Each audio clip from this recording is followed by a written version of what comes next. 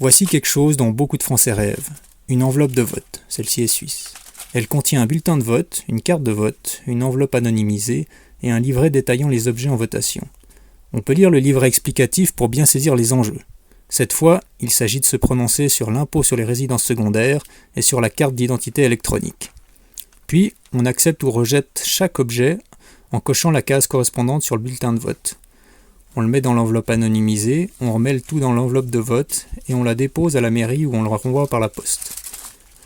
Chaque Suisse majeur en reçoit en général 4 par année, au sujet d'initiatives populaires et ayant récolté 100 000 signatures, ce qui fait environ 1% de la population, ou au sujet de décisions du Parlement soumises au vote. Ensuite, c'est le choix de la majorité qui l'emporte. On parle de démocratie directe, car les citoyens décident directement, contrairement à la France où les citoyens élisent des représentants qui choisissent ensuite à leur place.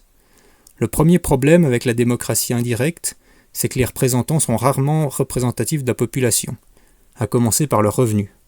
Alors qu'une personne seule touchait en moyenne 2146 € net en 2024, un député est lui à près de 6 000 € net, près de 3 fois plus. Et on ne parle pas des ministres et autres. À partir de là, il semble évident qu'ils n'ont pas les mêmes problèmes. Le deuxième problème, c'est que la population n'a pas le dernier mot, et certaines décisions passent alors que la majorité y est opposée. La population se sent alors trahie et sa confiance dans le système politique baisse.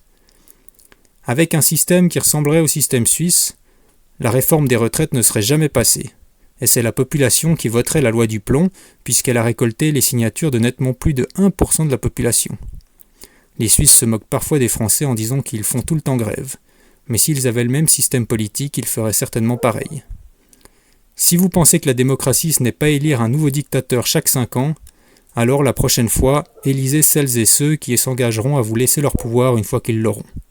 Un indice, ce sont les personnes qui refusent de se soumettre à la loi de la jungle du marché et à la haine de l'autre.